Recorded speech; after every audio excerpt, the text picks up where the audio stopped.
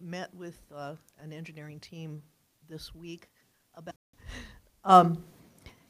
and impediments to do other than budget to doing it beforehand. So as soon as possible, I also have heard and had a chance to question the streets report on this very topic.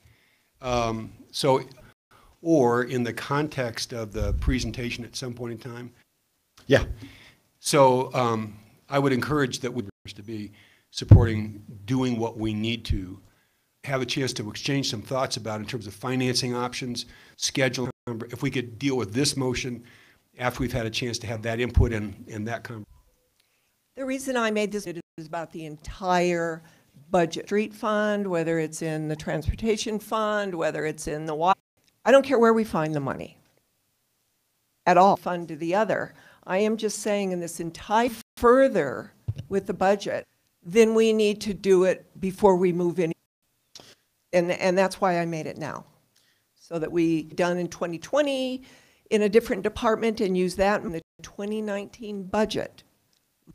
However, I don't know how long it would take. Councilmember Finley?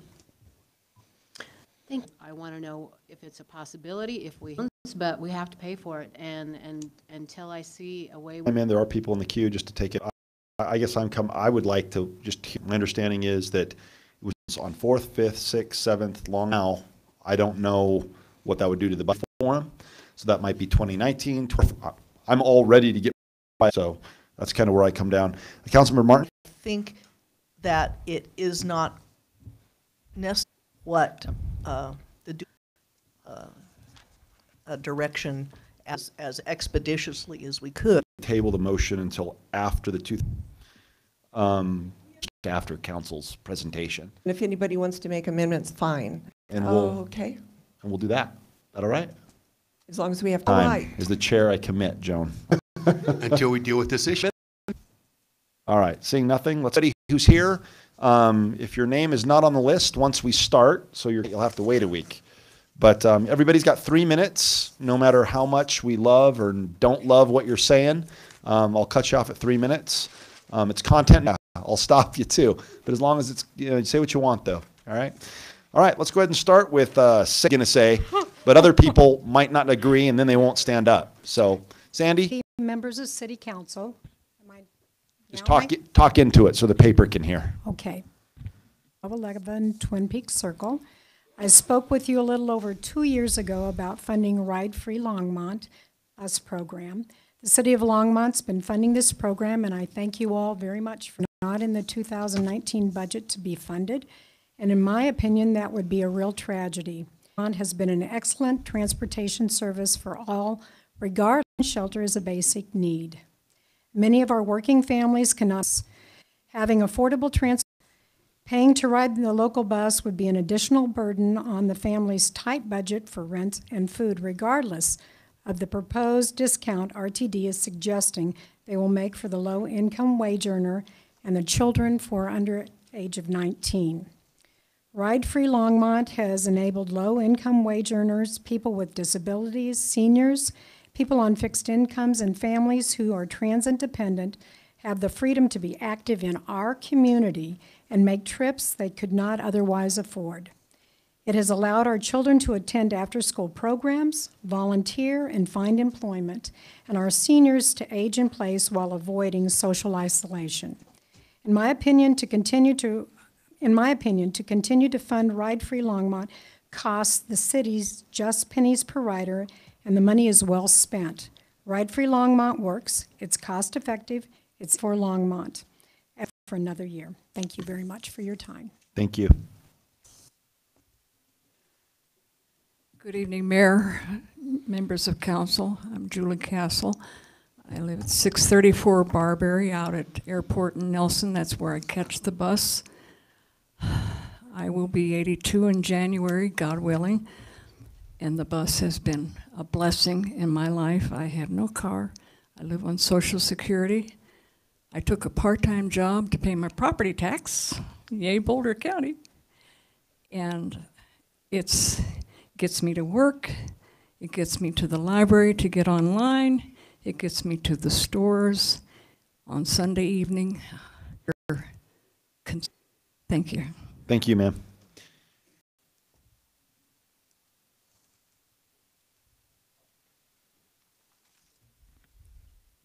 Mayor Bagley and City Council members. As a resident of Longmont, since I'd like to speak about not eliminating the free bus services of Longmont City budget. Here are some reasons that many use the bus to get to and from their doctor's appointments. Many use the bus to get to and from the grocery store. Many use the bus to get to and from work. Many who are homeless will not be able to get from shelter to save the air, especially on poor quality days. To keep the traffic, and also to keep the traffic down, St. Marine Event Center on 3rd and Kaufman. The library, they have no parking. Also work in 3rd, or the last, I like to say, it stops road rage and speeding around our. I'm not even going to try on the last name, but her name is Danielle. Sorry, Danielle. My last name is, won't you? Yes, it's Holmes like Sherlock, but no relation. To speak about free ride, I wanted to speak on the demographics. Those are the people that rely upon this service. Nearly every category.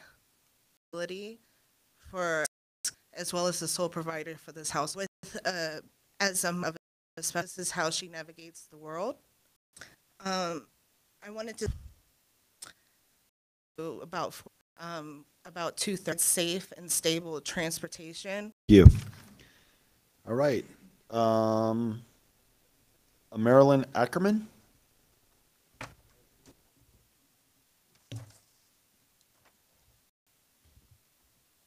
Speak to the 105-foot telecommunication. I'm against it, and so that I now know who are concerns. Tonight, I want to focus on countered.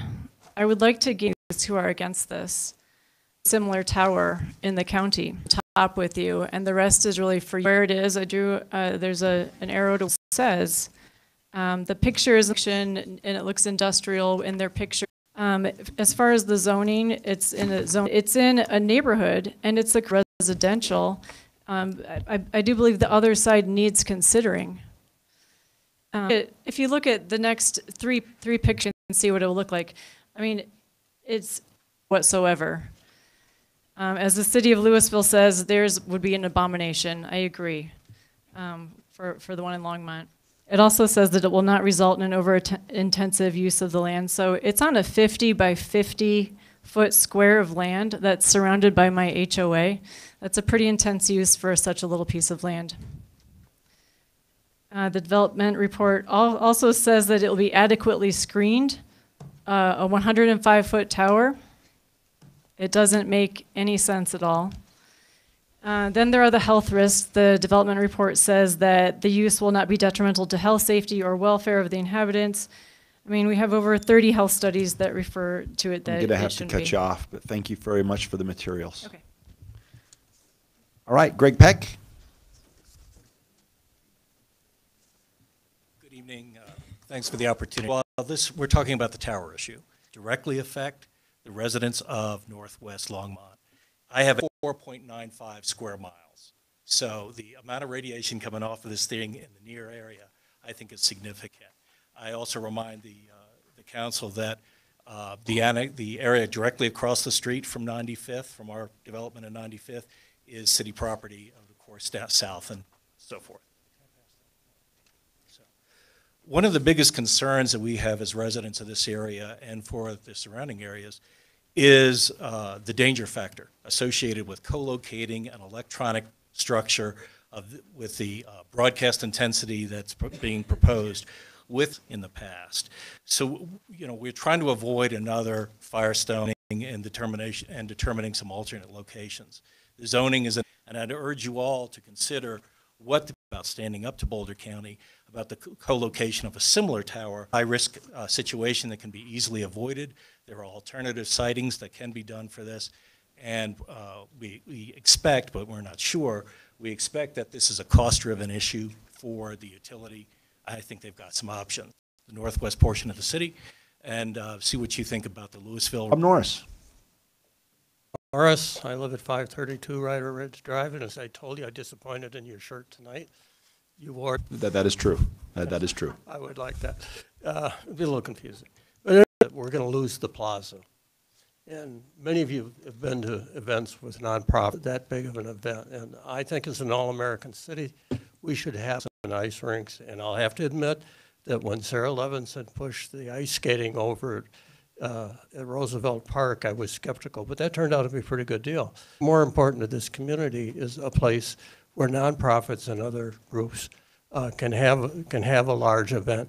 And maybe if it's done right, that could be a money raiser for the city of Longmont. Anyway, Deborah Marino.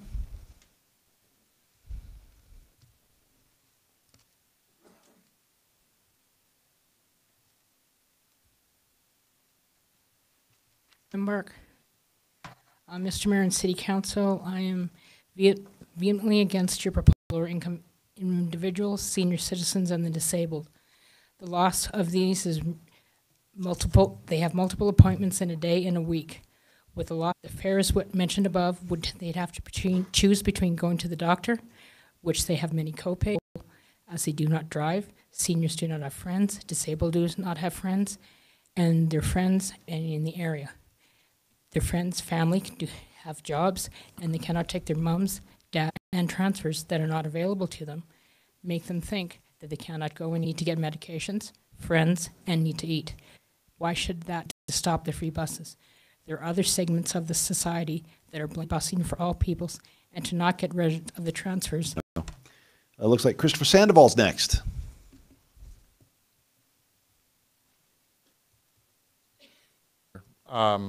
I came today about the free buses, feature shelters, and also like they have doctor's appointments and or to the store and all that. Just are they work day by day, so Linda Cabeceras.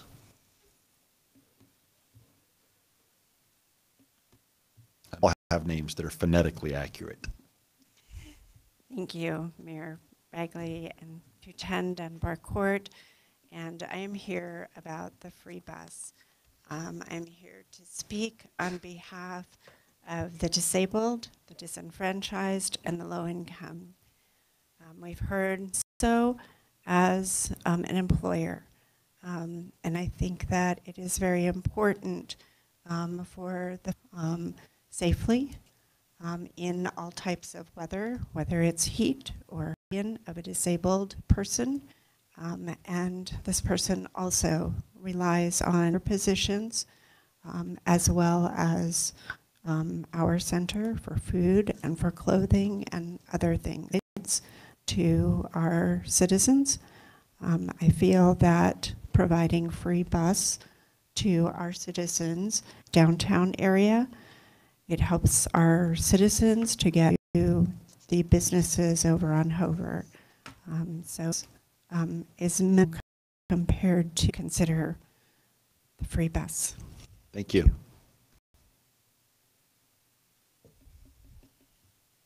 I'm Mr. Wasilewski. Thank you for letting me address the council. I just turned 6 years old. I had a heart attack 3 weeks ago. I think it would devastate the whole community not to have the bus, but disabled people and some of the older senior people in this town. Not all of us can walk south, east, west anymore. But also homeless up on Emory Street, and I can't even take a shower in this town without getting harassed. I'm like, what am I supposed to do? Come in your backyard, use your hose? Shiasi?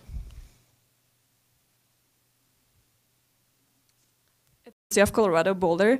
So 2.5 years ago, I was in the same spot. School, an average 31 students at least take the bus, and sometimes they don't fit. So they have to wait 45 minutes or sometimes 50 minutes. We focused a lot to change the transportation planning in our high. We need a lot of funding for transportation, and there's a lot of benefits and also a lot of reasons for that. We need to increase that because, and I went back to high school, and it seems that from that research, 70% of the high school students think that we need to invest more than we do in transit. It's that individual transport expenses make up less than 20% of major budget drain, but public transportation lessens those financial budgets. Living arrangements, healthy food, and medical expenses. Thank you. Thank you. Thank you very much, Mayor and members of the council. I'd like to talk to you about the bits to the South Main Street entryway, the neighborhood revitalization it would provide, and the health risks of chronic train noise to residents, schools, and on childhood education. Perhaps, hopefully, we're beyond that tonight, but I'd like to focus tonight on just the funding part. I'd be happy to talk to you about the rest. These funding guidelines are working without your input tonight. Why? I don't see a dozen golfers up here to talk about concerns about keeping the fairways green, but it's the Boston Street Bridge or people shouting out for more sidewalks. But those on subsidizing development, buying water so developers can make the city bigger than it already is. And are going to spend that again this year on top of supporting a bond for $30 million more. In contrast, the city has said it would like to fund the quiet zones for the train for over truly doing priority-based budgeting. Which of these projects best meets the city's stated goals of livable centers, corridors, and neighborhoods? Also recall that the Transportation Advisory Board recommended funding quiet zones 3 years ago, but currently nothing substantial has been budgeted for this. I tried to review the Taj Mahal in there and I wouldn't find it. But one important thing I did take away is that up until now we have been considering funding quiet zones only through the Streets Fund. But this could also be funded from the Public Improvement Fund or the General Fund. Dale and Harold have both confirmed this for me. I expect staff to prioritize funding quiet zones for 2019. There should finally be some construction this year, and there should be a comprehensive plan. If this takes several years to build, it shouldn't be subject to the whims of the next 8 city councils. This isn't just for me or my neighbors. City studies have shown that half the people in town consider train noise a problem. My friend who lives on the west side, she says, happy Rosh Hashanah, and oy vey, the train's bad over there too. But thank you. Thank you. And the answer is page 547. You'll find the Taj Mahal.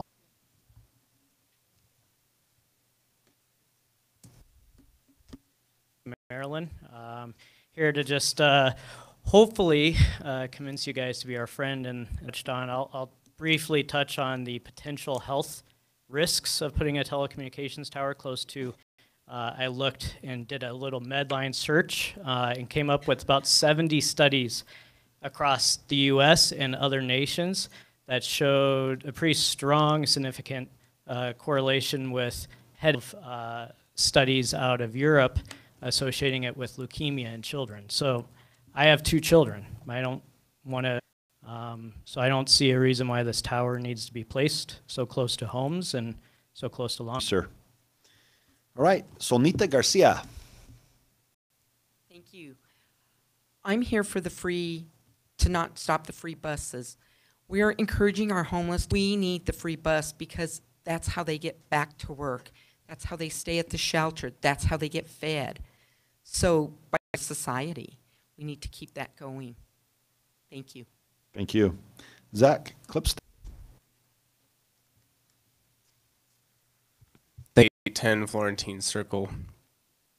I'm here as an advocate on the issue. A big barrier that comes to the homeless population. The biggest barrier that I can see is felonies or previous. Rich people can have accident forgiveness citizens. It's great programs that will provide them employment, steady income, simple tasks like picking up trash, basic land. Thank you for your consideration. The problem with the homeless people is agencies. Thank you. Thank you, Mr. Clipstein. All right, Mr. Michael Baca. So first off, before I get into my speech here, I'd like to thank Mayor Bagley for, as far as my speech goes, I'd first like to thank everyone who came out tonight to participate in our community. I came here today to anything provocative in it whatsoever. The document was simply pertaining to our right to keep and bear arms and raising awareness on safety. I am very disappointed in the mayor for our rights. With that being said, I know Polly Christensen, among others, exerted political influence over the mayor, and he stated he would not read it in order to maintain cohesiveness amongst the city council. I'd like to read a passage out of the Longmont Times Call. Even as Edison wrote, In an interview later that week, Christensen said, "I thought this whole proclamation was deceitful on its face. It was equating gun ownership to patriotism and the Constitution." I'd like to read a few passages both from the federal and state constitution to clear up any confusion for. Federal Constitution, Bill of Rights, Article 2. A well-regulated militia being necessary to the security of a free state, Article 2, subsection 13. The right of no person to keep and bear arms in defense of his home, person, and property, or in aid of civil power when thereto legally summoned shall be called into question. But nothing herein contained shall be construed to justify the practice of carrying and is an inalienable right. As an armed American citizen, I would implore our city council to not only know, but to respect such liberty. The guns are not going away. I would recommend directing our time, energy, and resources very much for your time. Thank you, Mr. Baca. Lance Tuvey.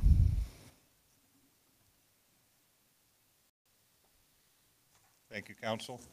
Lance Tuvey, 2143 Steeles, here tonight because I care about Longmont. I care about this city. It's where I've raised my family. It's where I work.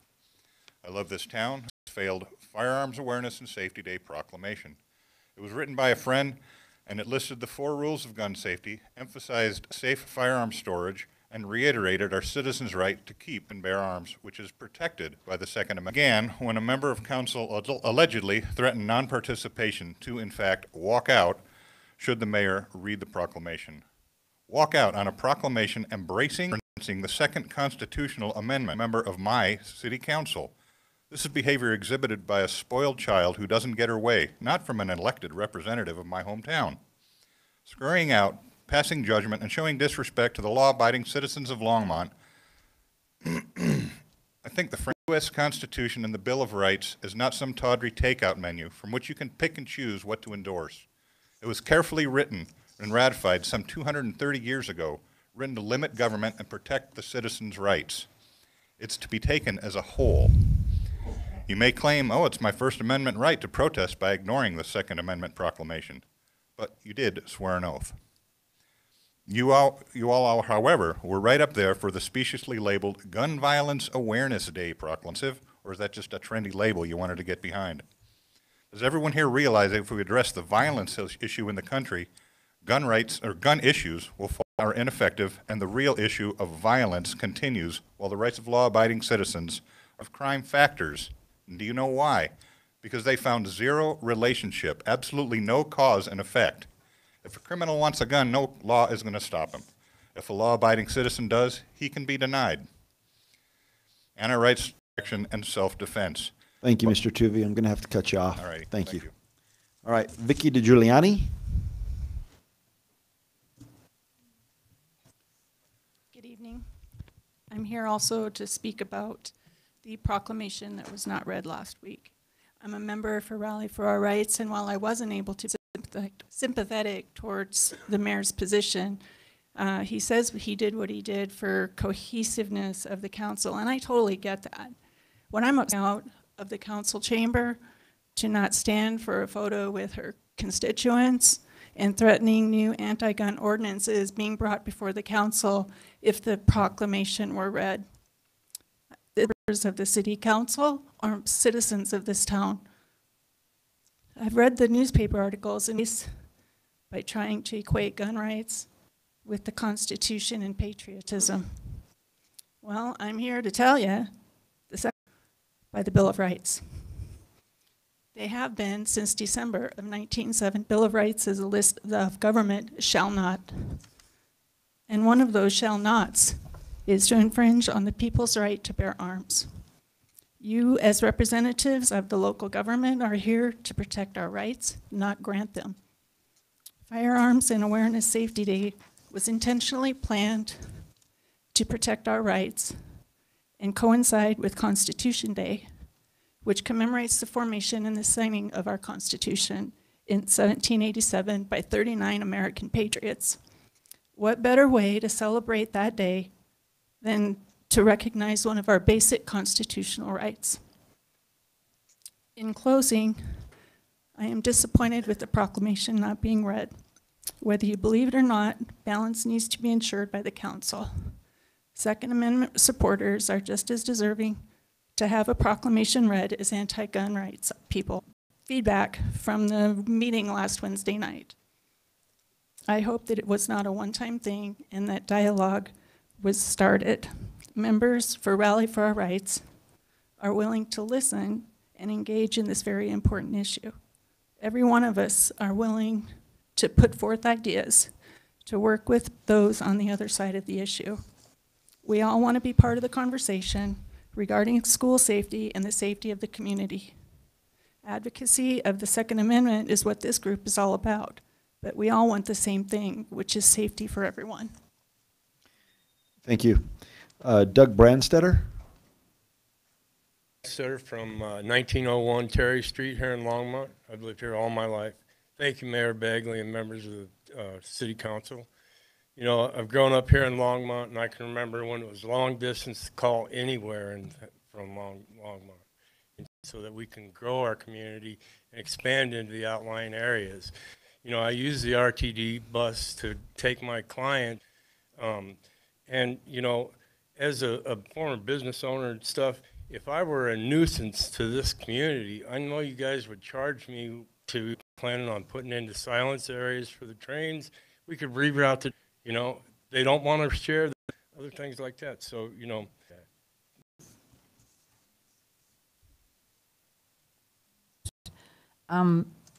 I'd like for the disabled and for may have the doors are thick and heavy and they're hard to open. So I difficult to open than some other doors, the outside door. The American Disabilities Act again is, and I want to do more research on it, but I believe that when the automatic door openers installed on the outside, at least on the outside doors. I'm glad to notice that the Our Hospital has the automatic door openers in outside the restrooms, inside the building.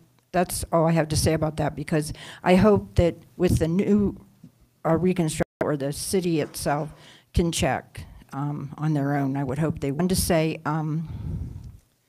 I want to support Colin Ride. Their drivers are really very polite and very kind, and I think I'm done.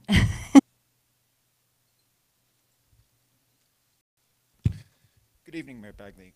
Can you get that right up to your mouth? I know my topic tonight on the RTD light rail is a broken record. And the board members were a little bit pompous, but at least honest when they said that, well, our plan is not delayed, it's discontinued. We don't plan to build the light rail to long of them passing that statewide are slim to none. So at least we get in place of that is I feel that we should still get the free bus fare. Thank you. Thank you. Well spoken. Thank you, sir. Good evening. Ann Wenzel, 2224 Whistler, between two intersections where the train passes that say that you have to blow the whistle so many times. And if you can't create quiet zones easily and cheaply, could we? They go sometimes 4 times a night, sometimes twice. My entire neighborhood is affected. It's what we talk about. We've to have them put up a sign that, is this expensive? What does this cost? And who's, I invite you all to stand in my neighborhood some night. And so I'd appreciate. Are always at the center. Not true. That was a joke. Head of our hour center. You already heard some poignant testimony about how low incomes with disabilities, but really transportation, our center is really part of that whole movement to strengthen the pillar, access to adequate food and nutrition, education. I think everybody before me had a diverse community to continue. It gives them better access to jobs and can't walk to a grocery store, which is our center's goal, is to buy a car or maintain. Improves the mobility for people with disabilities. Harvard did a study to economic stability and economic well-being. So our community is really supporting that by Free Ride Longmont, and I hope it will continue. Thank you. Thank you, Edwina. Michelle Mabey.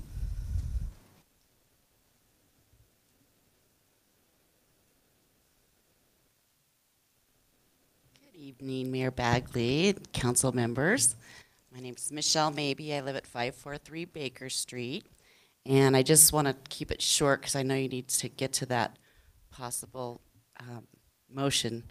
So I wanted to say thank you specifically to Councilmember Chon Peck. Longmont.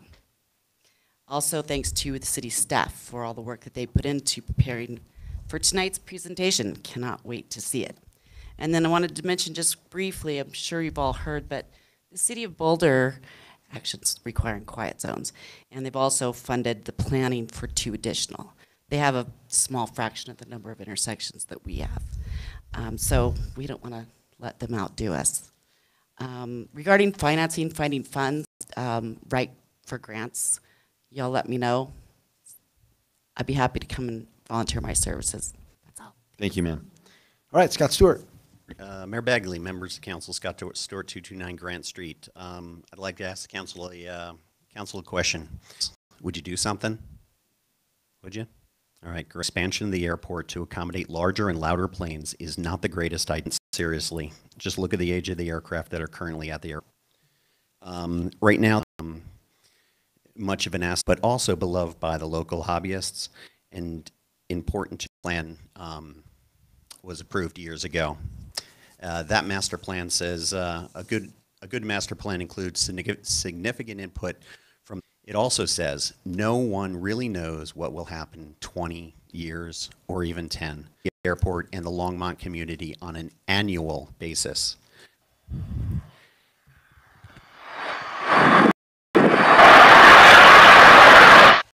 All right, that concludes our public invited to be heard. Minute break to prepare us for the mathematical feast upon which we are about to partake.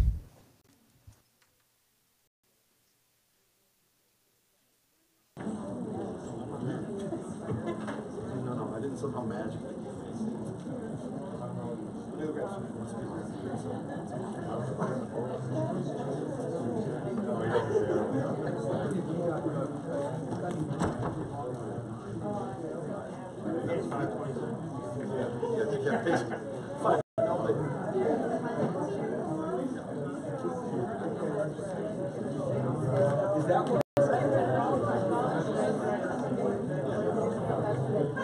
Hey, as everybody knows that you can go home. I mean, I'll restate that, but I saw. Brian has a story to pitch to you. Yeah, once upon a time, everybody and Philip was set fire to a porch and 5 of our public works guys stood up. Any other way?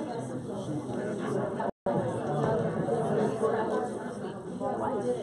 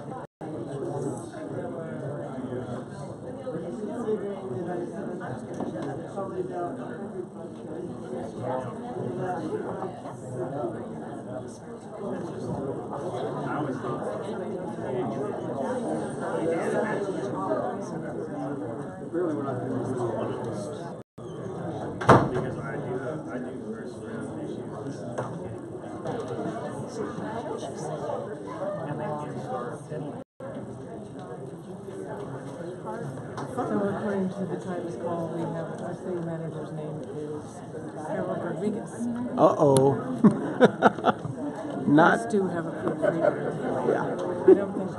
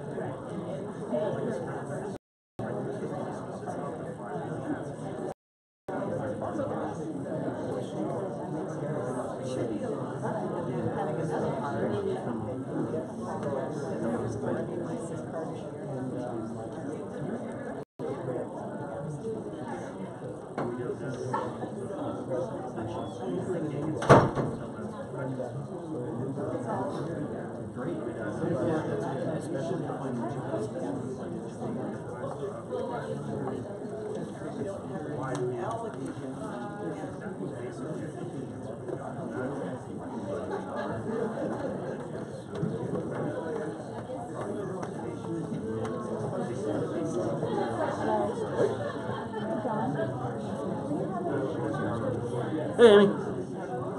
Having fun tonight?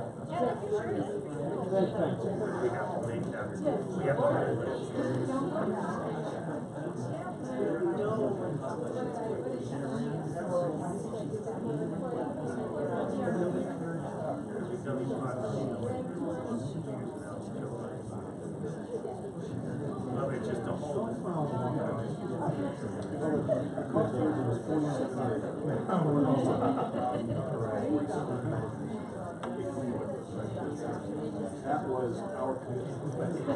So 6 million events were so it's 41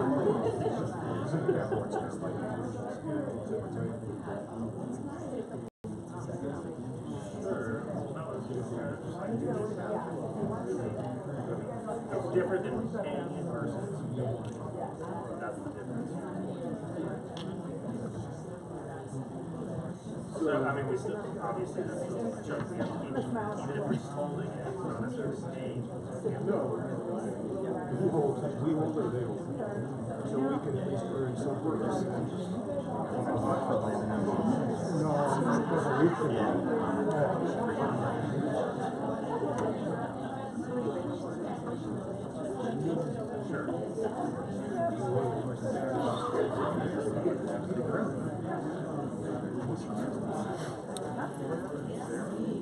The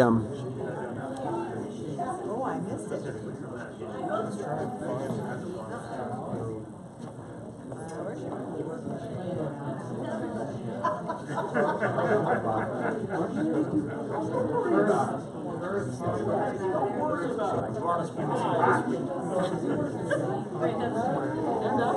Hustle. You better go up that door. Go right. I like those cookies.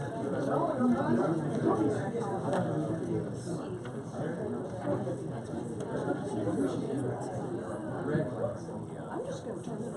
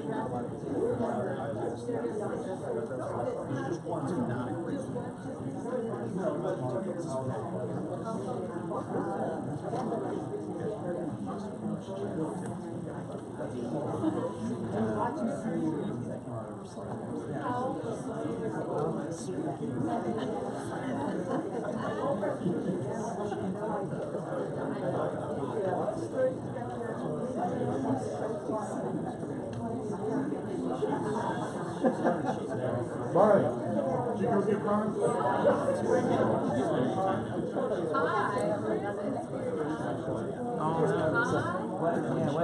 We're third, computer system replacement. And I'm going to get up first and say we're going to talk about two systems. Ian's going to talk about the first one. So I can introduce you now too. Oh my. We practiced it the other way that we I did. know, so now, because I was just prepared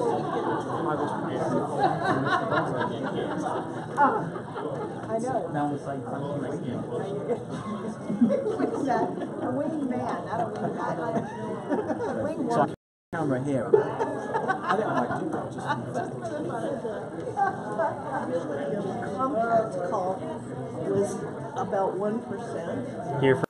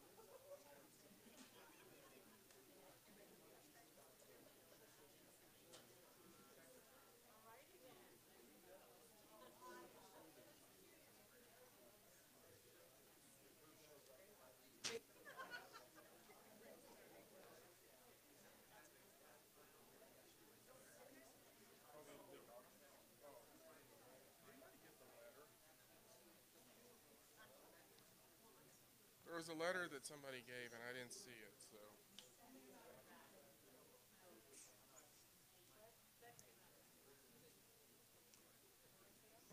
All right, that was a long 5 minutes, but someone provided pie and cookies for council. Our favorite employee.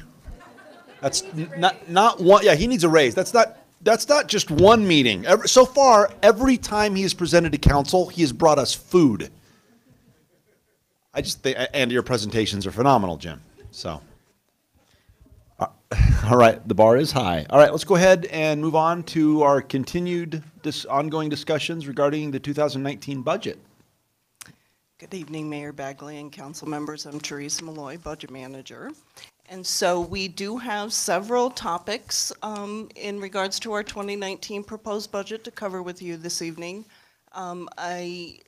Some of them will be very quick, so we may have a lot of topics, but we can move through many of them fairly quickly here. So before I actually start on going down our list of topics here, I wanted to just point out that in your council communication, we have provided historical collections for our lodging tax, starting with 2008. So that was a request from our last council meeting, so wanted to make sure you were aware that that is in there for you. So we've heard in previous conversations, budget conversations, about several of the new FTE that we've included in our 2019 proposed budget. Just wanted to kind of recap and then touch on a few of them that you haven't yet heard about. So we have a total of 24.33 new FTE in our proposed budget. We have previously spoken to you about the 2 that are in the general fund. Those are the 2 associate planners.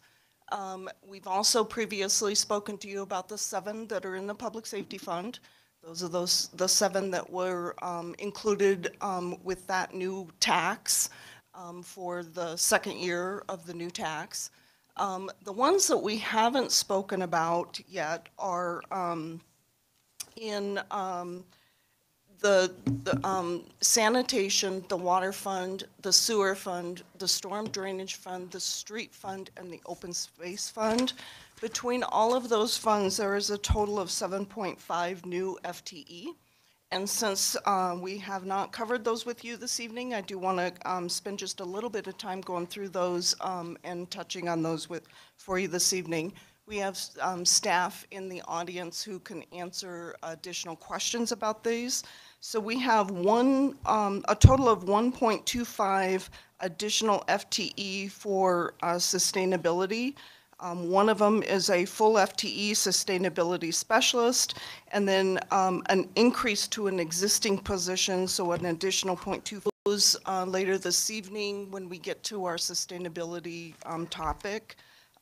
In addition, we have 1 FTE water resource engineer to provide engineering support for the raw water system, 1 FTE engineering technician, which is needed to support the management of the stormwater quality program and to meet MS4 permit requirements.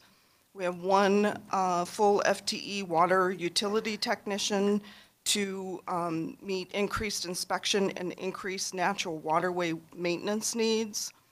1 FTE natural resource maintenance technician to help with the existing workload and to develop a natural stream corridor management plan. 1 FTE admin assistant. This position is being converted from temporary to full-time, and it will support the customer service center in PW&R.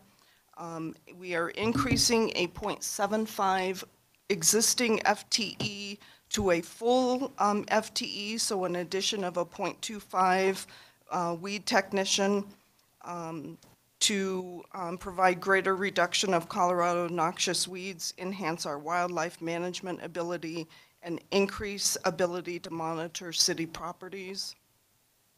And then finally, 1 FTE operation and maintenance technician lead is needed at the water plant to help cover operator vacancies and callouts and to enhance coverage to ensure the regulatory compliance.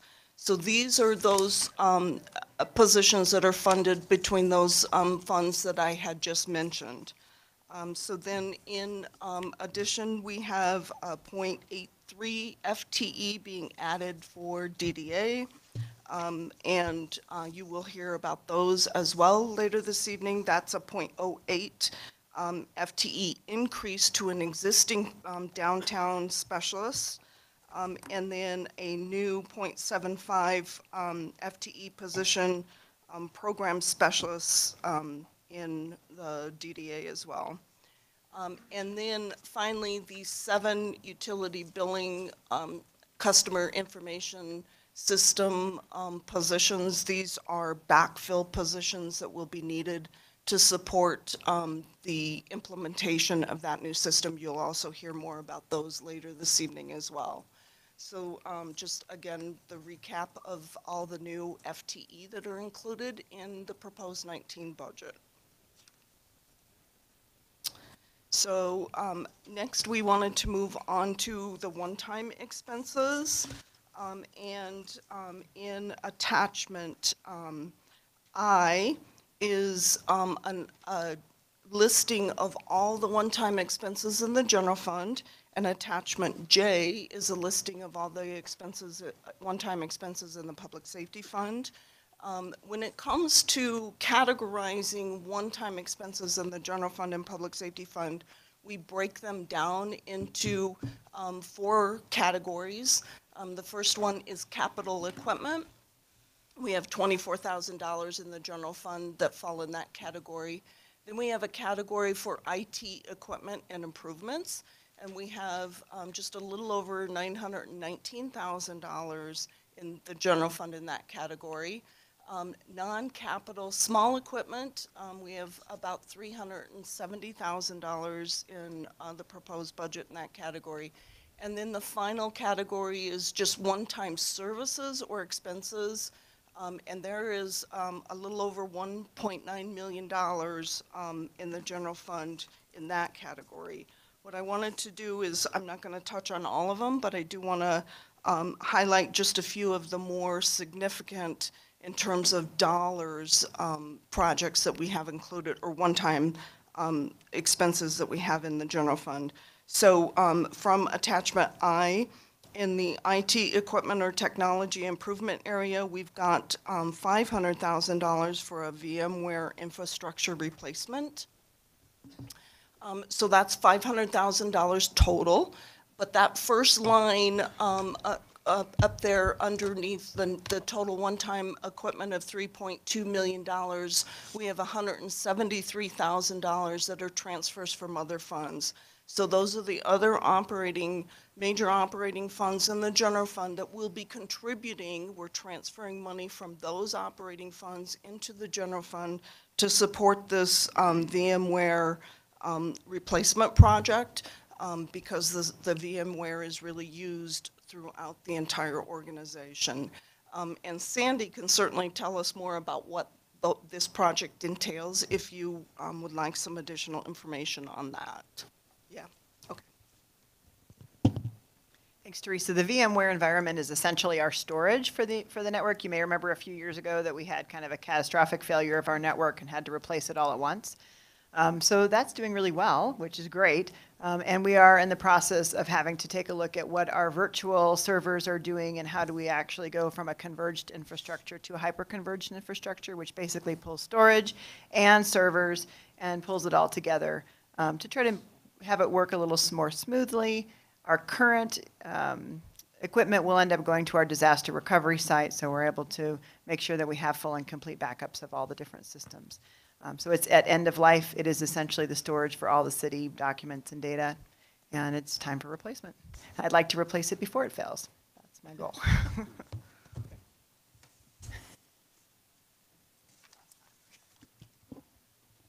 So also in the category of IT equipment or technology improvements, we have a little over $209,000 for public safety MDC replacements. So these are the ruggedized laptops that are in the vehicles in both police and fire.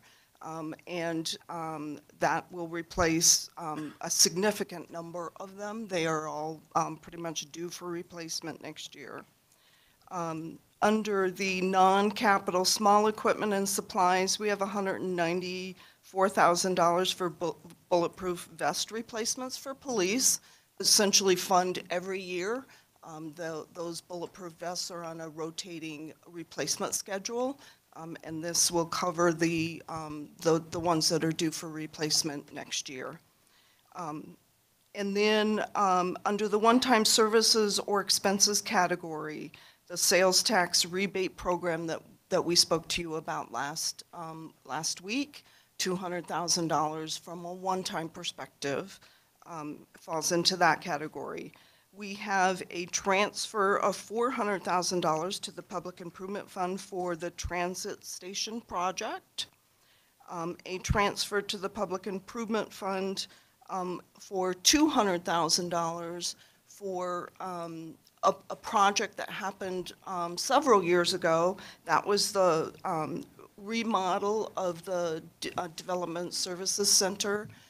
That was paid for partially by Public Improvement Fund dollars. $200,000 of that was paid for by Public Improvement Fund dollars.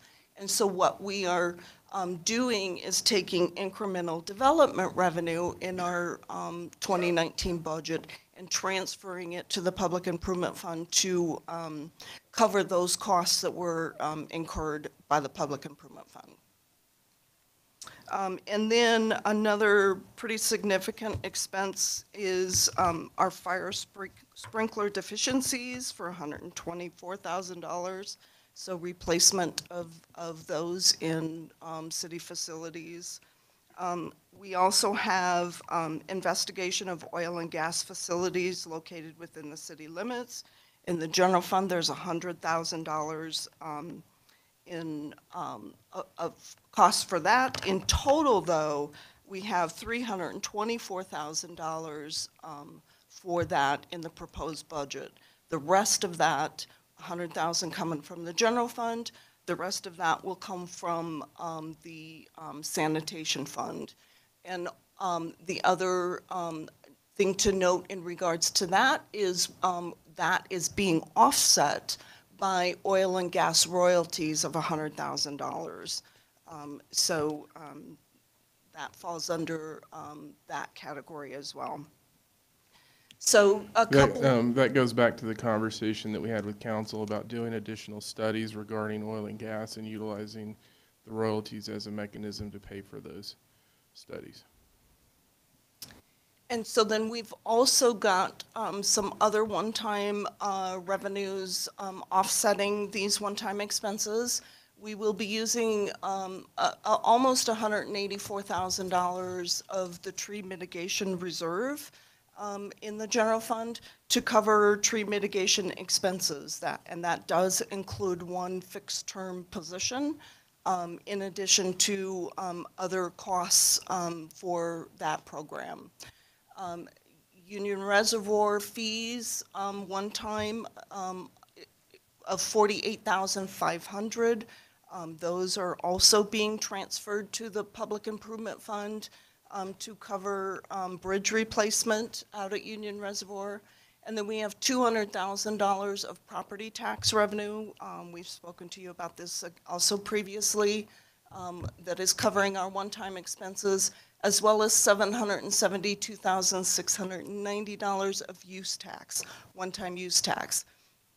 So even though we have a total of almost $2.3 million of one-time expenses in the general fund, they are offset by those one-time revenues and use of reserved fund balances. And so the net amount that is coming from or will need to come from our undesignated fund balance in the general fund is really just short of $1.5 million.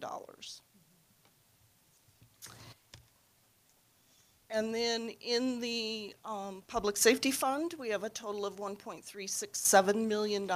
Again, we categorize it by capital equipment, IT equipment and improvements, and non-capital small equipment, and then one-time services and expenses. And there are really three things I wanted to kind of highlight for you off of attachment J. The first one, and this is kind of spread throughout a couple of these different categories, three different categories. It's in capital, it's in non-capital small equipment, and it's also in one-time services or expenses. And that is the one-time associated with those 7 FTE that we are adding that are coming from that new tax. So vehicles and training and just all the various equipment and one-time needs that are associated with getting those staff hired and supplied.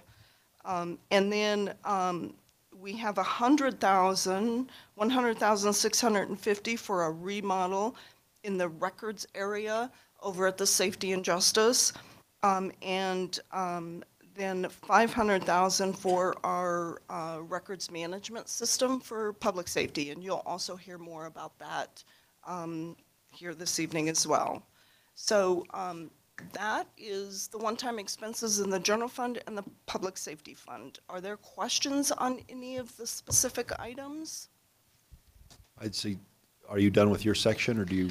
I am finished with that section. All right, yeah, but are you done with your presentation? No. Let's wait till the end then. Okay. And I'd ask council just So take then, notes. what we want to do next is I'm going to turn it over to Sandy, and she is going to talk to you about the two computer replacement systems that we have some pretty significant dollars included in our 2017 or 2019 budget. Thanks, Teresa. We are upgrading two of our major systems, both the customer information system as well as our record systems for police, fire, and courts. So to give us a start off, I'd like to invite Ian Rollins to the podium to talk a little bit about the customer information system.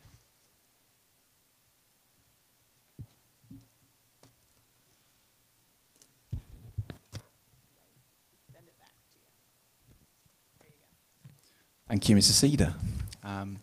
Mr. Mayor, council members, I am Ian Rowlands. I am the utility billing manager for the City of Longmont. And I am here to try and explain a little more about our CIS replacement project. CIS stands for Customer Information System.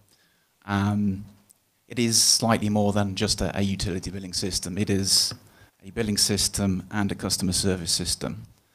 Our current CIS has been in operation for about 18 years. It currently bills about 40,000 individual accounts, 7 utility services, and last year billed approximately $120 million.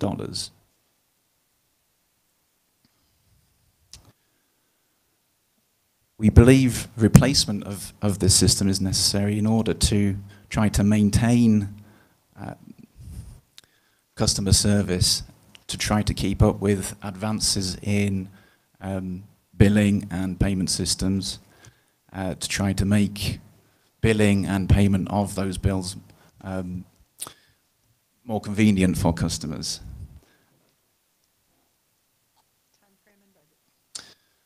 The time frame is estimated to be 3 years, and we're looking to spend up to $8 million.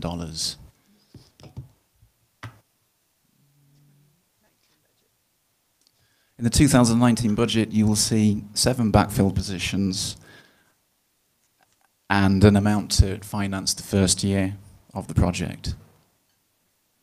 If you have any other questions, I'd be happy to answer them. Are you done with your presentation? I am. All right, any questions from council regarding this? All right, thank you. Thank you very much. Thanks, Ian.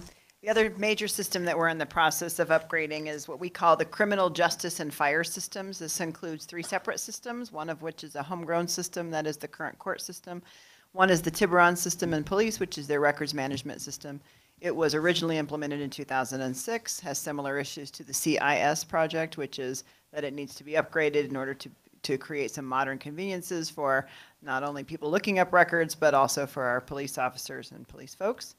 We're going to issue one RFP that has these 3 different parts, basically to see how much interoperability we can get. And in the 2018 budget, most of this system is budgeted in the 2018 budget. There is money for staff, for the fire system, for the police system out of the public safety fund, as well as for the court system.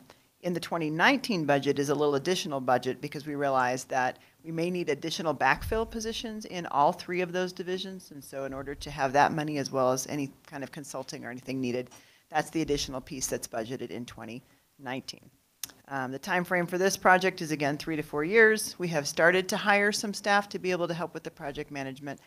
Denise Woods from Public Safety is the overall project manager, but obviously we're working in conjunction with all of these different divisions on this project. If you have any questions, I'm available. Thank you. That it? Okay, so I'm going to talk to you a little bit about the incremental development revenue. We have 985, a projection of 985 dwelling units, dwelling unit permits in our 19 budget. Our financial policy regarding incremental development revenue, basically states that we have a base level of 120 dwelling units that is part of our essentially ongoing revenue. Anything above that 120 dwelling units is what we consider incremental development revenue. And in our 2019 budget, that it essentially equates to 865 dwelling units at about $1.57 million. So that is the amount of incremental development revenue that we are projecting we will receive in 2019. And under our financial policy, our incremental development revenue can only be used for ongoing expenses that are subject to a reduction when permit levels decline, or one-time expenses that are related to development. And so what I included in your council communication and is here on this slide as well, I apologize, it's a little small to read, but this basically recaps what our incremental development revenue will be used on for 2019.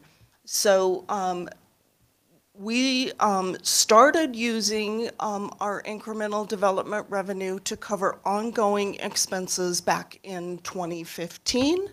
And we have been doing that, using it for that purpose since that time. And so this slide basically lays out the amount of staff that we have funded each year using incremental development revenue. And those staff, of course, are supporting the development process. So for 2019, the additional use of incremental development revenue will be for those 2 associate planners that we had spoken to you about previously, as well as additional ongoing miscellaneous operating costs for them. I'm sorry, one time. In addition to covering positions with incremental development revenue, we also cover other ongoing operating type costs. And we started doing that in 2017. And then for 2019, we've added another $71,000 of use for operating ongoing costs for things such as credit card fees, our system licensing, and fire plan review contract.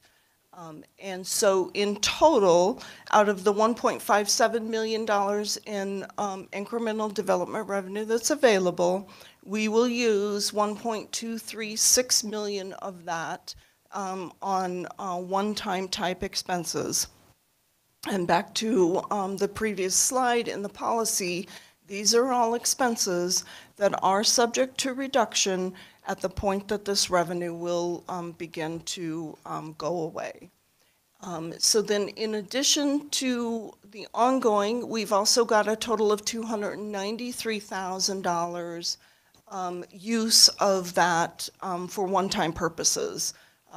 There's the $200,000 transfer to the Public Improvement Fund that I was speaking about just a little bit ago, as well as the supplies for the associate planners, some additional licensing for some systems, and then a remodel of the lobby at the Development Services Center. So we are not proposing that we use every last penny of the incremental development revenue. There is about $41,000 that will remain unallocated, possibly for future use, or just will remain unallocated if we don't need it throughout 19. So that is our incremental development revenue. I know Joni is here to answer questions if you've got them. And I just also to let you know, This is probably a good time to ask any questions of me, because the next part of the presentation, we're going to move on to the transportation system. Dr. Waters? Thanks, Mayor Bagley. Just a clarification question. I thought I heard you say just a minute ago that the 1.23 million was for one-time expenses. Is that what you meant? I Did apologize misunderstand? if I did say one time, I meant ongoing. So 1.23 million is ongoing, 293,000 Okay. is one time. Thank you. So those, the positions are specifically termed, so what we look at is when you have an increase in development, then the increase in workload goes up, but you also don't want to overstaff permanently based on that increase, and so that's why we use the IDR. And when we do post those, they are posted as term dependent on this. Got it. So To the make people know that the terms of their jobs are tied to Correct. the flow We of don't revenues. want to set people up with the expectation that they're coming in and it's in perpetuity. Yeah, I did, early on in the slides, I was trying to reconcile what I saw in the 293,000 versus the 1.5 million, and you explained that until you said one time, and then I was like, wait a minute. So I got it. I just wanted to make clear that to everyone on council, because it's something we've talked about before, but to know that we are transparent when we do that posting. They're ongoing, but they're dependent on tied the level to of revenue activity that streams. we Yeah, have. got it. Councilmember Peck. Thank you, Mayor Bagley. Teresa, you had stated that there were $2.7 million of expenses that are being offset by transfers from the utility fund, sanitation fund, water fund, sewer fund, storm drainage fund, et cetera.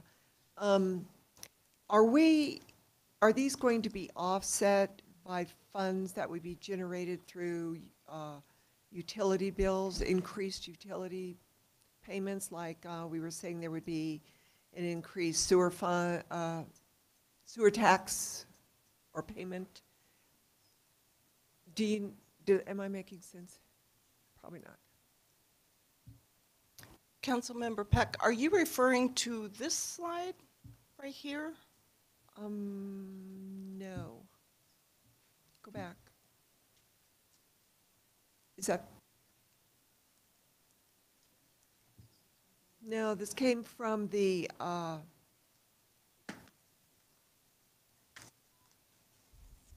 Is this related to the CIS system where we were talking about? Yes. So that is the portion of those funds and their expense related to utility billing, because utility billing is specifically for those activities. And so we take those funds out of those accounts and we're going to input it into the utility billing account to pay for those services. Okay. And that's what Jim talked about earlier in the budget presentations about historically it's been in the general fund, but we want to look at creating its own a separate fund where we can move that in. But it's for the activities for those utilities. Okay, that was my question. You stated very, very well. All right, keep going. Meaning not like keep going, but there's no other questions in the queue. Okay. You may proceed, Well, please. Then I am going to turn it over to Dale.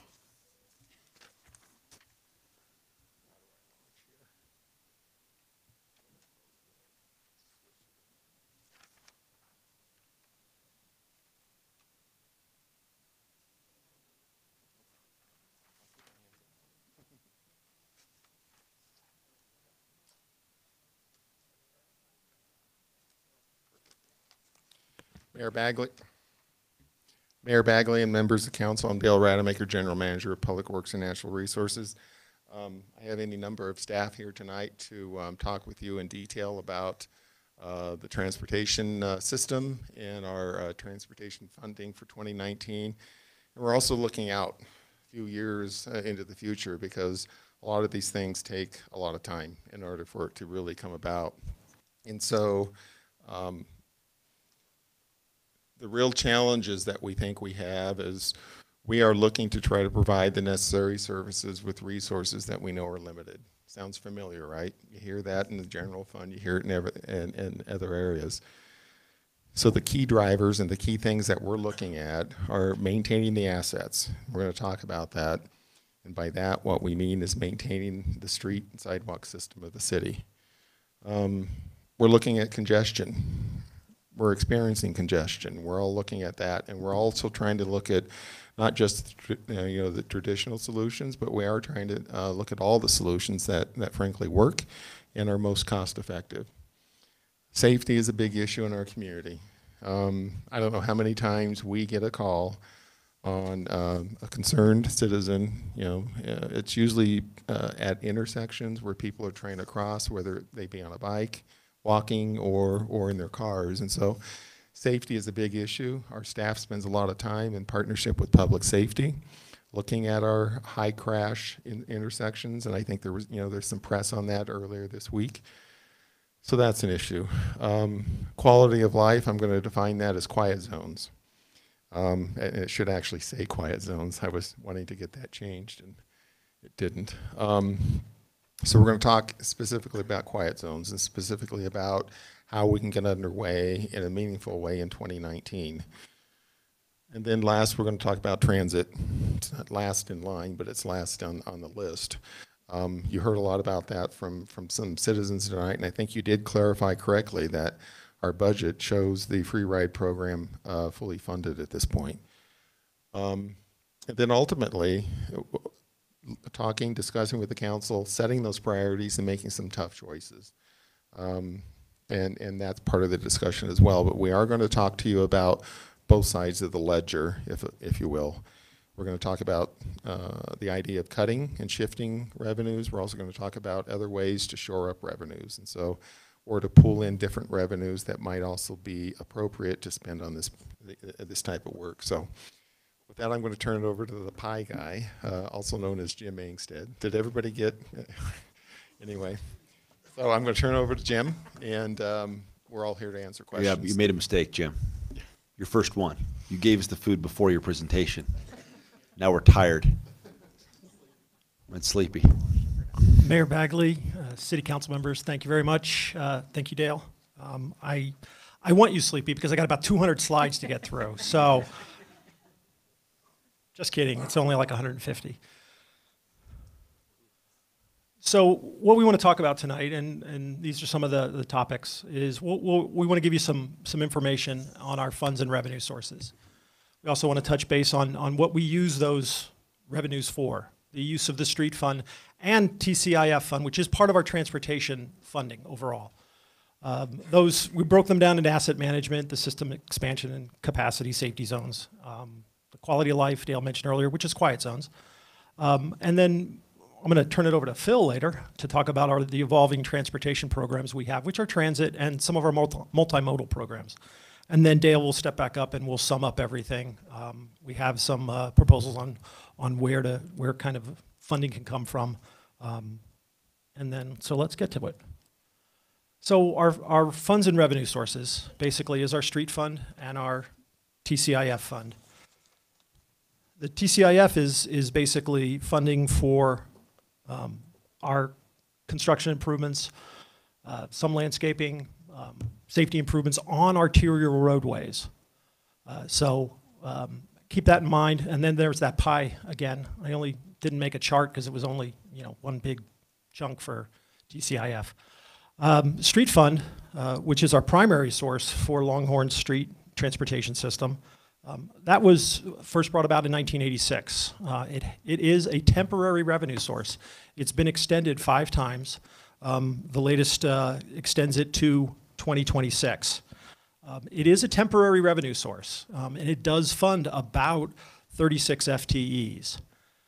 So that's also something to consider as we move forward. So where does it come from? From our Longmont sales tax, 3.53%. It's broken out into the general fund, street fund.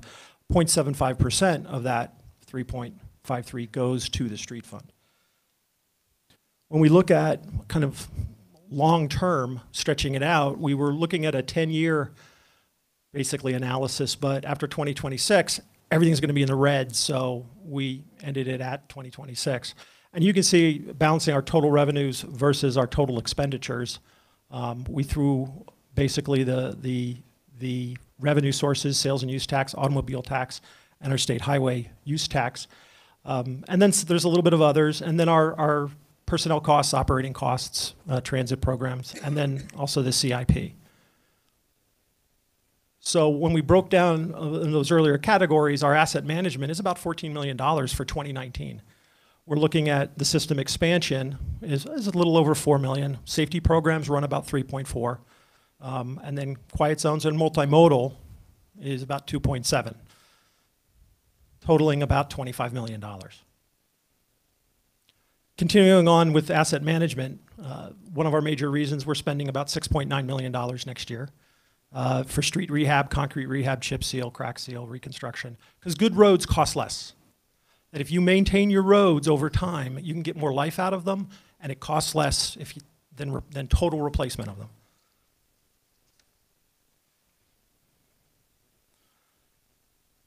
So, importance of maintenance and rehab: good road, bad road.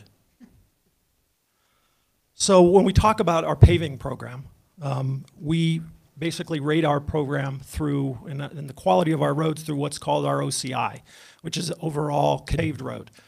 90 to 100 is excellent. 80 to 90 is good. 70 to 80 is fair. But so what you want to look at is our OCI is about a 72. And you can compare that to a number of other communities on the Front Range. It's about a 68. We estimate that to maintain that 72, we would need about $6.1 million. So we're hitting that in 2019. If you see in future years in our budget, it tapers off a little bit as we try to make room for other items. So that will be a challenge into the future. Some of our other forms of asset management is the standard maintenance items you see. These are the customer service items. This is your pothole repairs, the material we've used. We did about 3,500 potholes averaging over the last 3 years, about 2,300 tons of materials for potholes and crack seals. And those are internal that our own staff work on. Sidewalk repairs, snow and ice removal, traffic signal repairs, sign replacements, restriping. We stripe almost 300 miles of road. Street sweeping. And then something to consider that is kind of year-round. That at any particular time of the year, one of those items is going to be the most important thing that people want the city of Longmont to take care of for them. So why do we do this? Because we have a significant investment in our roadway system, in our transportation system. $637 million is our value. And as the city continues to grow, we will be challenged with maintaining that. And when I say the city continues to grow, from 2013 to 2017, we added 14 miles of new roads. Mostly roads we took over for as development. Their major arterials and roads into their development were turned over to the city. By 2018, we'll add another 7. So a system of this size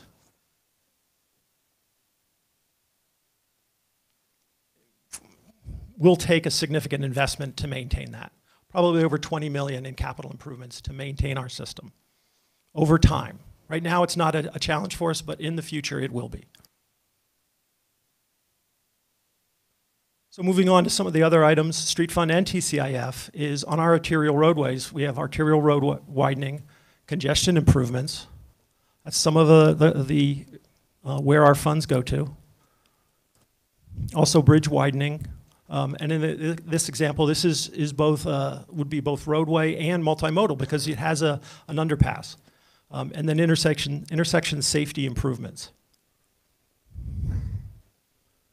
And then our main safety improvements are taken up through our TRP 11 Transportation System Management, TSM program. Safety improvements, it provides things in neighborhoods, promotes alternate modes of travel. Our bike lane project is part of that. And then traffic signals, new traffic signals. There's been some incidents recently. So we're looking at analyzing a couple intersections for new signals. New traffic signal costs about $300,000 if you do not have to do roadway improvements for it. So, let's get to the fun stuff. Quiet zones.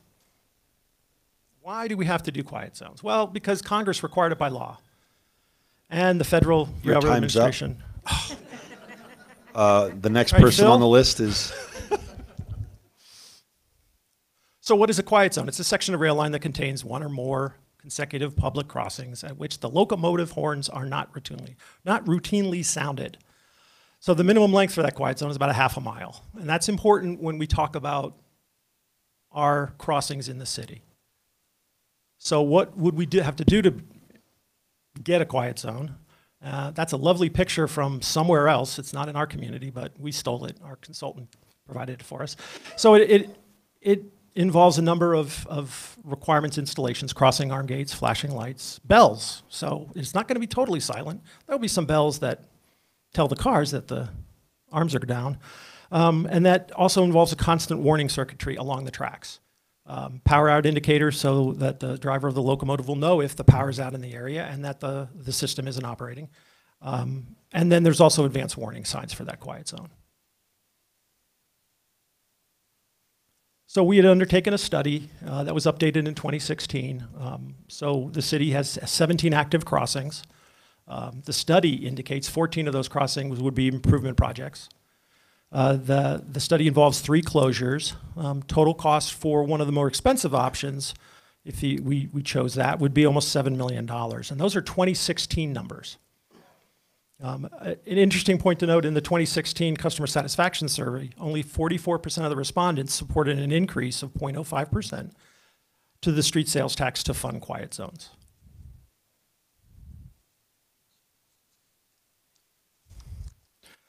So we wanted to throw up a graphic that we may want to get back to for discussion's sake. But the half mile becomes critical because as you look on the right of the screen, the northern areas, those intersections, those blue dots indicate the intersections. They are separated by about a half a mile. As you go down into the city, south of Long's Peak, then you've got 5, 6 intersections that are very close together. So doing one of those intersections, we will not be able to create a quiet zone because we don't meet that half mile criteria. So we would have to do a number of those to create the quiet zone. As we move forward with other projects on the left of your screen, there are several there that we are going to incorporate into other projects. The crossing at Sunset Street, we have a project, I think we're targeting 2020 to undertake that, and then Ken Pratt Boulevard is another item. That's going to save us maybe $500,000 to putting them through other projects, not through the quiet zone project, but rising costs may offset that. Oh, goody. Well, I'm done for tonight, so I'm going to turn it over to Phil, who's going to talk about transit and some multimodal stuff. Actually, yeah, let's go ahead and ask, are there any questions on quiet zones? Here we go. Well, and we will be coming back to quiet zones. We're going to come back Oh, are to we? quiet Yeah. zone, Okay, yes. all right. And summing okay. up with there's some All right, some well, kind of funding we'll stuff. wait then. We'll wait. Okay. Okay, there it all goes. I'll still be here. I won't run out the door. We were worried. Don't take the pie. Have some more pie. My name is Phil Greenwald, Transportation Planner with the City of Longmont, Planning and Development Services Group, a little separate from the Public Works and Natural Resources Group. But just wanted to go into a little bit of our alternative modes and different transit programs that we have as well, just to kind of get you into the idea that even though it's called the Street Fund Sales Tax, a couple years ago it was actually renamed, we actually added the word transportation into that, so it is the Transportation Fund Sales Tax technically. So, move it up. This is as high as it goes. Oh. So anyway, just to talk a little bit about the street fund sales tax is really what we really refer to as the transportation sales tax, because it did have that nomenclature change in a couple of years ago. So Ride Free Longmont, again, we had a lot of folks talk about that earlier, and it is the $280,000 that is budgeted currently for that in 2019. That's that piece that really allows folks to ride that for free. We pay about 8.4% of the total cost of that service. So it really is quite a bargain for the city of Longmont to pay that and get what we're getting. But again, it's also a stopgap measure for folks as well, because without it, we would see a decrease in ridership, and that's concerning to us as when we see the decrease in ridership, then the routes get cut as well. So that really has helped us. Now you'll see that the customer survey noted that 61% supported an increase of 0.014% to street sales tax or the transportation sales tax fund for that free local fare. So we did have a number of folks that supported that in one of the last customer satisfaction surveys. Also, the enhanced Main Street bus service, $41,000 goes to that. That's really to pay a portion, 20% of a grant funded or a federal grant that is that Main Street bus, the 324. It actually extended the hours on both ends of that, so morning and evening service was extended. And also, we added Sunday service for the first time. The first time in Longmont's history, I believe, we've got local Sunday service. We did have some on the Bolt and the old M bus back in the day, but this is the first time locals have been working on Sundays. And you'll see quite a few people actually use that on Sunday as well. VIA was known as Special Transit, but now it's known as VIA. $150,000 comes from that transportation fund for that. There is an additional $50,000 that comes under the Human Service Agency's piece, or more the community services piece of that. But the Street and Transportation Fund does do $150,000 of that.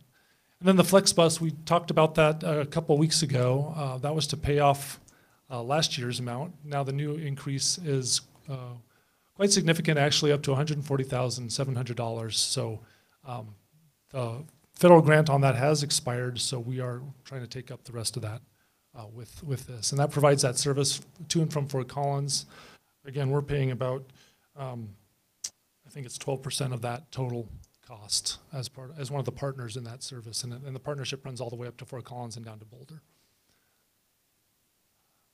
So some of the challenges, we're just really dependent on those outside providers to do anything. You saw the list of them. It's RTD, it's Flex up in it's Transport that runs Flex, it's VIA, and so a number of those services we have to work with in order to get any transit in town. So those are some of the challenges we have to work with.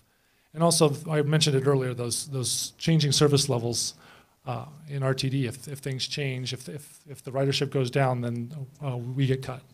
It's as simple as that. Some of the goals, I mean, this really follows our Envision Longmont process as well, that we're really trying to meet the needs of the transit-dependent community members, and you heard from them tonight. Providing incentives to the single alternate or the single occupant vehicle. And so really trying to get people to use and make it available for people to use alternative modes. This goes to buses as well as to bikes and all sorts of other pieces to that puzzle. And we're really talking about the system and how we create the whole system here. Promoting that diversity in travel. So we are talking about the cars, bikes, buses, and even parking, quite frankly, gets to a lot of that point as well. So we talk about the evolving multimodal or the evolving transportation programs, including multimodal. So this is more of the beyond transit. This gets into the trail underpasses, missing sidewalk sections that we're actively doing right now. The EMUCs, which are really we came to you at the beginning of the year and talked a little bit about this as well, changing the way we use streets, and then that bike lane project piece too, where we're adding different levels of bike lane. We're doing some buffering things that have been quite popular, and there's some separated bike lanes out there too that we're evaluating. And with that, I'll turn it back over to Dale. He's pretty tall. So council, I'm going to take us through now just the last couple of slides. It's not 115, nor is it 200. So this pie chart is showing the entire amount being funded over the next 5 years in the street fund, and frankly, it's always going to be, especially as this city goes to be a more mature city and has less outward development and less outward growth. You're going to see that piece of that pie continue to grow because you're going to be maintaining an aging system. System expansion is rather small in comparison, as is the multimodal and the safety programs. So that's what's funded. The 53.5 is what we have funded. If you look at the entire CIP and the projects that have been identified as needed over the next 5 to 10 years, it's about 115.8 million. So therein lies the delta, or the gap that we have. And the big difference here is if you look at the green piece of the pie, there's a huge amount of that going into capacity projects. Those are the intersection improvements at Hover and 119, at Hover and Nelson. It's doing capacity improvements on Ken Pratt Boulevard. Those are all very expensive projects to build. For those of us that have been here since the 1980s, we know that those were some of the first projects that Longmont built when they passed the street tax. They built 17th Avenue. They built Hover Road. I think they wanted to show the community that they were going to provide, a transportation and a roadway system that worked for the community. So that's the big difference. Those are the things that are currently not funded. And I think that's because we don't have the funds to really get underway with those in any sort of significant way. So when we start talking about adding or cutting programs, which is really the phenomena that we're in, if you're going to make one piece of that pie bigger, you're gonna slice it from another area. So this is just a list of the capital projects that are in the 2019 budget that are, I guess, on the table, if you will, to be reduced if we want to increase funding in other areas. And we're going to talk about some specifics that we think we can do, certainly for 2019, and then options going beyond that. And so in our head, it's a question of should we consider splitting these costs with other funds? I can't stand here and say that's real viable. I'd like to think it could be. I don't think it is right now. I think you're going to have to really rely on your street or transportation fund, as Phil has corrected me, to make a difference here. I think the competition within your general fund is going to be incredibly difficult. I do think there's some other smaller funds, though, not to lobby, but things like the marijuana tax and if the statewide tax passes that we might want to consider. That second bullet is debt financing, which we cannot do right now in the street fund because it is a 10-year fund. One solution or one thing to consider is to make that a permanent tax. And I think the logic, at least in my head, makes sense. Streets are not temporary. Transportation issues are not temporary. They are long-term. The Longmont public has always been with us. And so part of me says they'll probably always stay with us. But so long as you have a term-limited tax, you're not able to issue debt. So we've ran different scenarios and different amounts, which we could certainly do a lot more work on. One thing that you could consider if you had a permanent tax is you would issue a bond against it, and you would make significant movement on the range of $20 to $30 million level of projects that would really sort of move the needle, if you will, on what we can do in the community. Not without its own controversy, though, so we get that, but without increasing the tax necessarily, simply making it permanent. The other one is we could roll the dice and hope that these, the tax passes on the statewide initiative. As we currently understand it, we believe a little over $3 million will be shared locally. You have already designated about half of that, I believe, to go towards fast tracks. We have any number of different things down here that you might want to consider. Quiet zones, congestion, multimodal improvements. So any number of things that we could also work on locally. It could also be the funding strategy on how you would debt service and pay for debt service going forward. I think this is our last slide. So what we're looking for, staff is here tonight. We've certainly heard, we understand, and we certainly appreciate Councilmember Peck's position and motion that we need to get underway. What we're suggesting is that if for 2019, if we would increase the 30,000 to about 300,000, that would provide us with the sufficient funds to get underway with the design of many of the crossings. That design work can get underway at the same time and concurrent with engaging with the public in a community dialogue on where we start, how we go about doing this, because trust me, the implementation of quiet zones, certainly in certain areas of the city, are going to be come with it more consequences. So we want to engage the entire community in that kind of a discussion. It very well may come out, you know, staying in the downtown area. But anyway, that's our recommendation, is that we would look at that. We would also say that we would take the money out of T1, which sounds a little hypocritical to what I've been saying about asset management.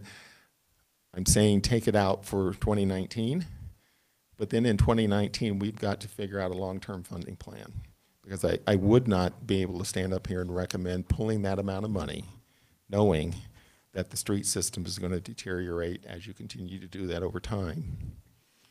So it's just it's a proposal at this point. We think some other steps, again, subject to your direction on what you want us to work on, could be looking at items of whether or not to make the tax permanent. And if we did that, what would that look like? What would that consist of? We can continue trying to shift funding from other projects. And to be clear, what you're really talking about is deferring other projects. You're going to push other things back. We do believe, I've said it earlier, that the community engagement is going to be critical on this if we're going to do it as a community, and we're going to do it well. We think issues that should be talked about are location, where to begin and why we think that's the best place to start and talk about that. We think the annual investment, in other words, that's the rate that you want to try to take this issue down and get it off all of our plates. As I said earlier, you can do that quicker depending on how you decide to fund it. We also think we shouldn't give up on grant funding. We haven't been successful, but that doesn't mean we won't ever be. And so I think we should continue trying to do that. And again, I think we ought to look at other ways of funding some of the transportation projects, which quite frankly is not different than what we're doing in the Public Improvement Fund or the Water Fund, the Sewer Fund. Part of me always likes the idea of paying cash as you go. It's a great thing. I don't know about you, but I still wouldn't have a house today if I was paying on cash as you go. I'd probably be still renting, saving my money.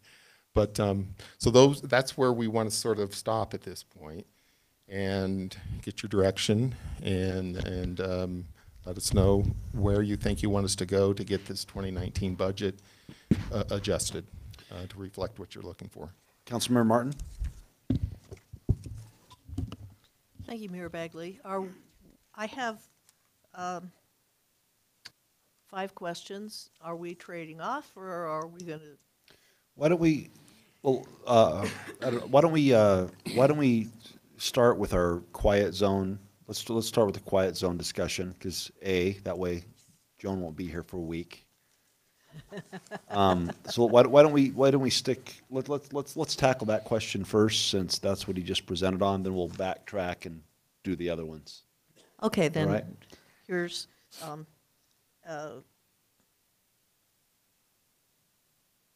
I have a quiet zone comment and a quiet zone question. And my quiet zone question isn't the one I intended to ask, but very shortly before council, I got a very interesting question from a neighbor of mine about quiet zones, so I'm going to ask his questions. My comment is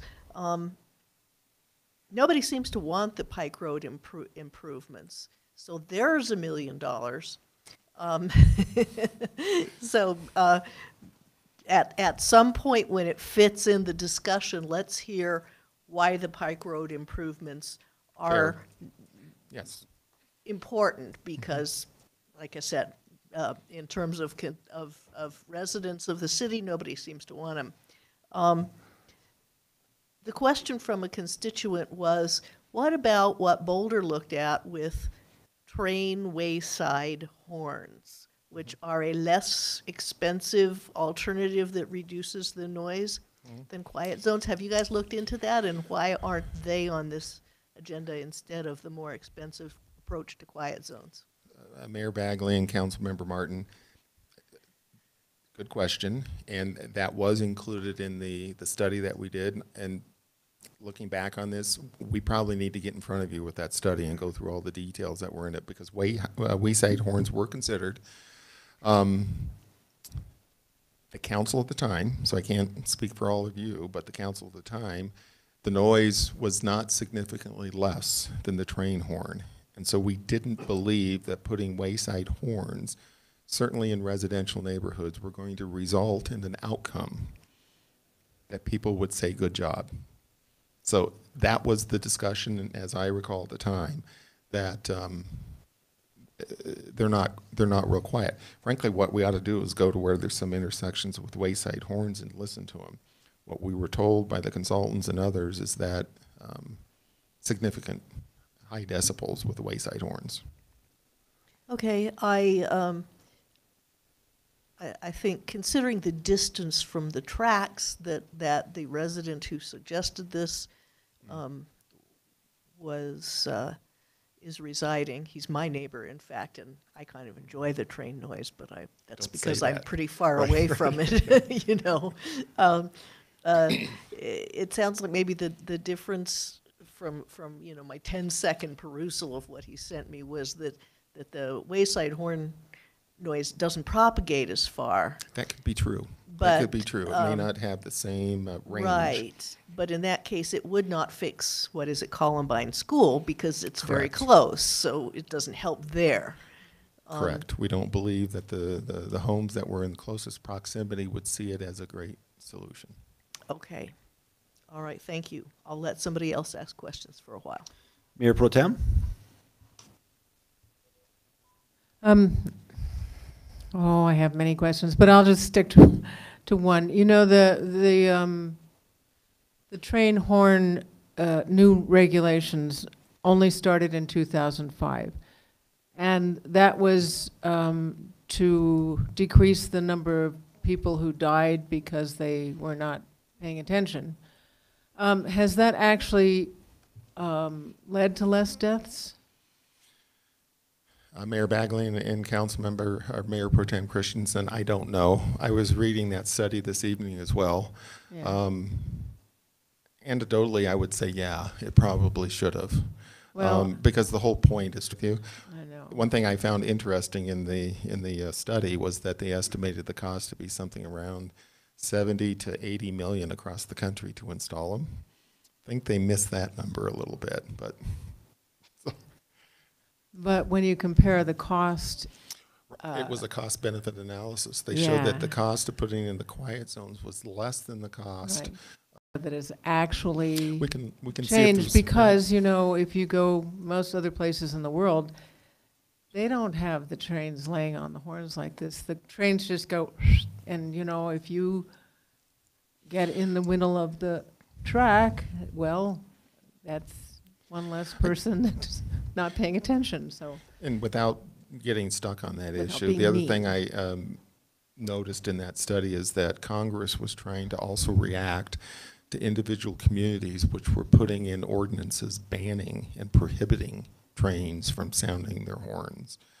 And so I think Congress stepped in to say, no, we can't have cities saying you can't do their horn. And so I think it was a combination of things going on. Did they get it right? I don't know. I think it's a bit loud, but I think they were trying to actually deal with a I'm sure safety they were, issue. Yeah. But I just wonder where is the proof that that has actually happened compared to the amount of trouble this has actually caused across the country. So to touch on that, we've also been active with our neighboring communities regarding this issue. They actually, a while back, had the FRA administrator come to Colorado, and all the cities sat and essentially had a similar conversation. And they opened the train horn rules, and everybody was commenting on it. And obviously, we're still in the same position in this, and so we didn't necessarily get all of those answers from the feds. Dr. Waters. Thank you, Mayor Bagley. I have a couple comments and several questions. So if we're going to go one round at a time, I'll make 2 comments and then ask a question and then. No, just as long as it has to do with train the quiet zones. They all do. Yeah. Just get them out. Yeah. Well, one does not. One in terms of comments. The first comment would be, it seems to me that just in terms of thinking about next year and process, this conversation has been waiting to occur. And it just seems to me like on the front end of the budgeting process, we could have cleared some of this out, reduced anxieties, or raised them for people in the community. True. With what the commitments of the council are. So we haven't built it and then try to pull something away, that you build it in on the front end. So just in terms of process, I haven't been through this before, but it's one thing to have a set of priorities that we're going to take things away from. It's a little different than from the outset deciding where the priorities are and building towards those. I mean, I get all of the other issues here. That's the first comment. Second comment is unrelated to quiet zones, but related to our goals. At some point, Sandy, I'm gonna look at you for this. At some point, when we see slides and there's a reference to goals, somebody's going to say council goals. Not that Envision's not important, but we ought to get clear which set of goals are driving us going forward. Phil, I respect that Envision work and those goals, but as far as I'm concerned, the goals I'm focused on are the goals this council agreed to in May, and I'd like to see us designing around those goals and moving us forward. Those are the 2 comments. The question, I had a chance, I wore these guys out this afternoon, so I apologize for that because I'm going to wear you out again tonight. And had good, vigorous conversation this afternoon about these issues. And I get, well, let me just summarize what I think I heard this afternoon. You tell me if this is accurate. That the reason for $300,000 is that's what it would require to do the planning and the design and the public engagement kinds of work that would have to be done before you could build the first crossing. Correct. If you had $100 million budgeted in 2019, you couldn't spend the first dollar of that until you did the planning and the design and public engagement. Is that correct? Yes. And that process, not likely going to get accomplished in time in 2019 to get much work done. Right. So I can buy that case. What it did trigger for me after the conversation was when we think about Tiger grants or other grant funding, I guess I'm curious, how did we get ourselves positioned to think to submit competitive Tiger grants if we hadn't done that kind of planning and design? Mayor Bagley and Councilman Waters, I wasn't intimately in the middle of the Tiger grant application, but here's what I believe, is that we were coordinating with many municipalities. Most of us were going into that process absent the final designs on these intersections, but instead we were trying to get a federal allocation made that would have then taken us into design and into planning and into construction. I also think the Tiger grant would allow years of time for that to occur. In other words, I don't believe there was ever the expectation that we would get say a $5 million Tiger grant and spend it all in a year. And so I think it was doing that, and I think that could have been part of the weakness of our application, because we did not go out on the street for a grant application with a design that's done in hand and ready to go to construction. That's a far more compelling grant application, I believe. So Tiger grants, the grant itself would have paid for the design and Correct. The planning. So I'm not going to hold out high hopes for federal funding on this, but if we are going to go take another bite at that apple, chances of our succeeding are enhanced at least to some degree if we've made our own investments in planning and design. Shows a higher local commitment. To kind of give some perspective on that one, so I think the first year there was a request for a Tiger grant. It was Loveland that went out by themselves. And when you look at the definition of the Tiger grant, it it really talks about a larger regional collaboration. And so when we went through it, this process, that's where we got everyone involved in order to have that larger group so we could be more competitive in the process.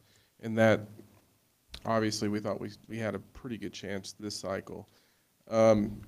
Honestly, when you look at the awards this year, I think everyone was scratching their heads in terms of we really couldn't make sense of it, but it is what it is. Yeah. I think even in the future, even if we do that work, it may position us, put us in a stronger position, but I'm not sure everyone we would need to go in terms of that larger collaborative may be in the same spot. And those are things we're going to have to talk about with our partners as we look to future grant opportunities, specifically related to Tiger. All right.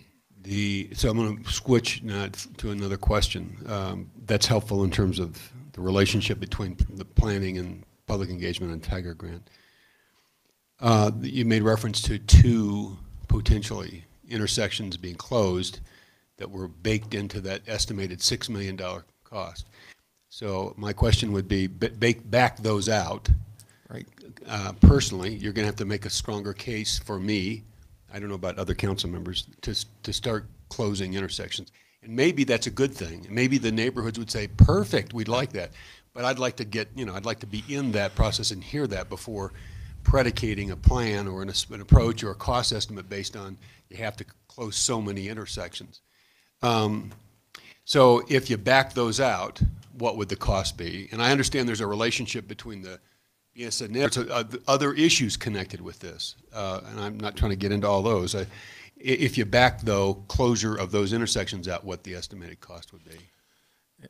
Mayor Bagley and Councilmember Waters, I did have a chance to look at that. So the proposal that we have, that was the 2016 cost of about $6.9 million, did have 3 closures.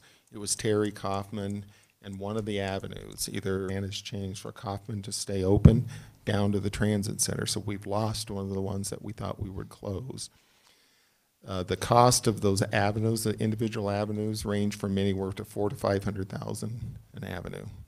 And so that's about the amount that you would add in, again, in 2016 dollars to the overall project. So you'd add $1.5 million to the 6.9. In that ballpark. And your point is well taken. All I can say is when we had the discussion previously, we were talking about the potential of closing. We never got to the actual community discussion and the implementation effort, though. I can envision the possibility that neighborhoods could be enhanced. The neighbors might say, for safety reasons or all kinds of reasons, that we would like to do this,